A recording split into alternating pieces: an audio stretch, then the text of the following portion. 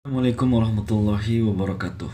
Alhamdulillah wa syukurillah, kita kembali bisa bermuajahah, kembali bertatap muka dalam video kali ini ya. Video yang nggak tahu keberapa. Yang penting pada video kali ini kita bisa kembali bermuajahah. Alhamdulillah wa syukurillah terhadap kenikmatan yang diberikan oleh Allah Subhanahu wa taala ini.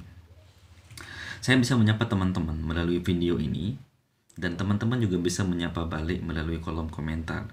Sekalian saya mohon kepada teman-teman semuanya untuk bisa like, subscribe, dan share daripada video ini. Pada kesempatan kali ini saya ingin menjelaskan tentang satu problem yang menjadi perbincangan hangat di kalangan umat muslim sedari dulu sampai hari ini, yaitu perkara bid'ah. Apa sih bid'ah itu dan kenapa kok bisa terjadi konflik? Di mana dasar hukumnya adalah sabda Rasulullah Shallallahu Alaihi Wasallam. Rasulullah pernah bersabda, kullu bid'atin dolalah wa kullu dolalatin finnar. Setiap bid'ah itu adalah kesesatan dan setiap kesesatan itu masuknya ke dalam neraka. Di sini Rasulullah Shallallahu Alaihi Wasallam menjelaskan tidak ada bid'ah itu yang baik, tapi bid'ah itu semuanya adalah dolal. Artinya semua bid'ah itu adalah sesat. Nah, dari umat muslim sendiri terbagi menjadi dua bagian. Ada yang melaksanakan suatu bid'ah, ada juga yang mengatakan tidak melaksanakan suatu bid'ah, padahal dia juga melaksanakan sebenarnya, tapi mereka tetap kuat. Saudara-saudara muslim saya juga tetap mengatakan dirinya tidak melaksanakan perkara bid'ah, dan juga satu muslim yang lainnya melaksanakan suatu perkara bid'ah dengan beberapa penjelasan. Dari yang melaksanakan perkara bid'ah, mereka menjelaskan, para alim ulama atau muslim ini menjelaskan bahwasanya bid'ah itu terbagi menjadi dua. Ada bid'ah hasanah dan ada bid'ah dolalah. Artinya bid'ah yang sesat itu ada, masuknya ke dalam neraka, dan bid'ah hasanah itu juga ada, dan itu dibenarkan dalam Islam. Begitu menurut penjelasan kaum muslimin yang melaksanakan suatu bid'ah. Sedangkan yang mengatakan mereka tidak melaksanakan suatu bid'ah, itu karena bid'ah itu tidak ada bid'ah yang baik. Itu adalah penjelasan-penjelasan yang tidak bisa diterima gitu, karena Rasulullah secara eksplisit menjelaskan kullu bid'ah dolalah, setiap bid'ah itu sesat, wa kullu dolalah finnar, dan setiap kesesatan itu masuk ke dalam neraka. Tidak bisa kita mengatakan kullu yang pertama ada sesuatu yang tersimpan, karena kullu yang kedua itu tidak mungkin diartikan sesuatu yang tersimpan. Artinya kalau kita mau mengatakan kullu bid'ah dolalah, setiap bid'ah itu adalah kesesatan, lalu kita mau mengatakan di sana sebenarnya ada bid'ah hasanah, wa kullu dolalatin finnar, dan setiap kesesatan itu masuk ke dalam neraka. Sedangkan wawu di sana wawu atop, dia akan mengikut makna dari kullu yang pertama. Tidak mungkin disarati setiap kesesatan ada yang masuk surga, tidak bisa. Jadi dua-duanya di sini memang cukup jelas. Tapi pada kesempatan kali ini saya ingin menjelaskan kepada saudara-saudara saya semuslim, baik yang melaksanakan bid'ah, yang pro bid'ah, ataupun yang kontra terhadap bid'ah ini. Di sini saya ingin menjelaskan bahwa bid'ah itu apa sebenarnya. Bid'ah itu kan asal katanya, kalau kita lihat dari firman Allah Subhanahu wa taala, badi'us samawati wal ard.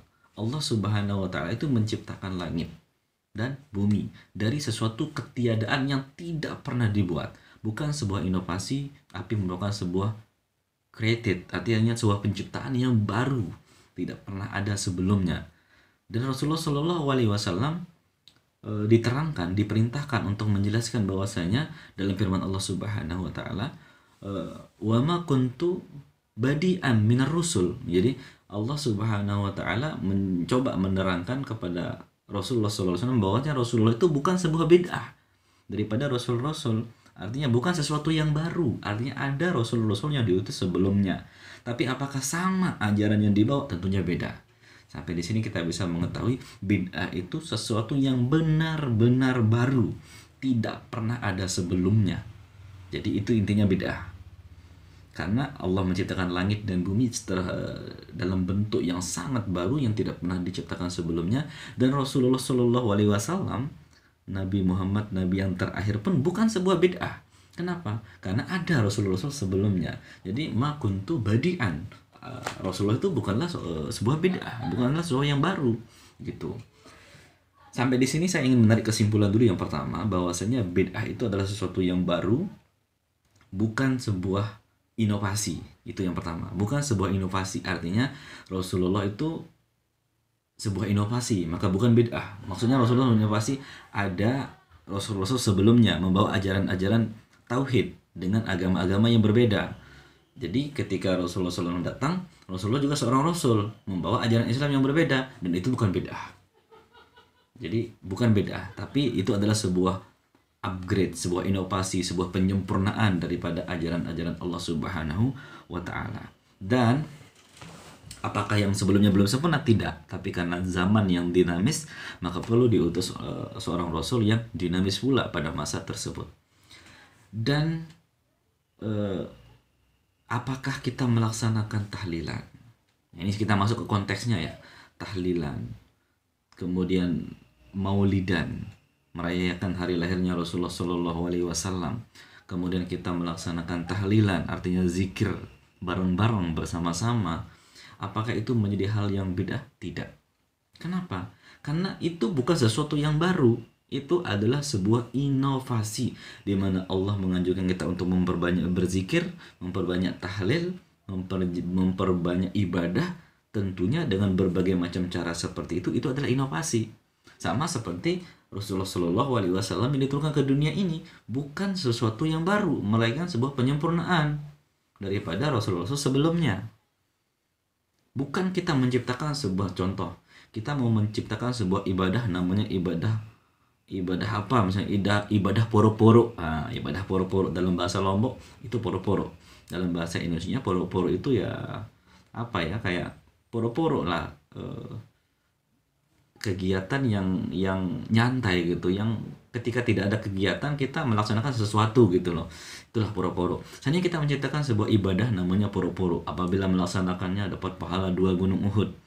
Kalau tidak melaksanakan kita mendapat dosa. Nah, itulah yang dinamakan bid'ah. Sebuah ibadah yang diperbanyak, yang dibuat, bukan diperbanyak, sorry. Sebuah ibadah yang dibuat tanpa ada dasar hukum sebelum-sebelumnya. Itu yang pertama. Kemudian apakah sholat wajib 5 waktu sehari semalam ini kalau kita melaksanakan menjadi 6, apakah itu adalah tambah baik? Tidak. Kenapa? Karena dia udah ada dasar hukumnya, 5 waktu ini tidak boleh ditambah, tidak boleh dikurang. Tapi ada ibadah-ibadah lain yang ketika kita melaksanakannya, maka itu namanya ibadah sunnah. Sampai di sini ngerti? Ya, saya harap semuanya ngerti. Intinya, bid'ah itu adalah sesuatu yang benar-benar created, benar-benar baru, bukan sebuah inovasi. Jadi bukan sebuah penambahan ataupun kegiatan yang dinamis terhadap zaman. Karena mau nggak mau kita, contohlah sekarang kita di masa pandemi ini, apakah kita akan melaksanakan apakah kita akan melaksanakan sekolah sebagaimana mestinya?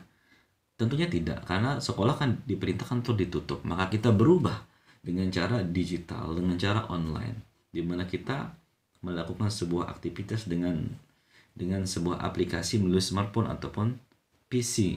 Kita melakukan kuliah itu secara online, secara daring, melalui aplikasi-aplikasi yang dengan cara webinar gitu ya, dengan seminar digital gitu loh. Nah, itu adalah sebuah inovasi, bukan sesuatu yang baru. Orang tetap berpendidikan, orang tetap sekolah, orang tetap belajar, tapi dengan inovasi yang baru. Mungkin sekadar ini yang bisa saya sampaikan. Kurang lebihnya saya mohon maaf. Semoga ini bisa menjelaskan sedikit daripada apa yang menurut saya. Sekali lagi, menurut saya seperti ini loh. Menurut saya seperti ini. Dari berbagai macam buku yang coba saya baca, saya mencoba menyimpulkannya menjadi hal ini. Sekian. Assalamualaikum warahmatullahi wabarakatuh.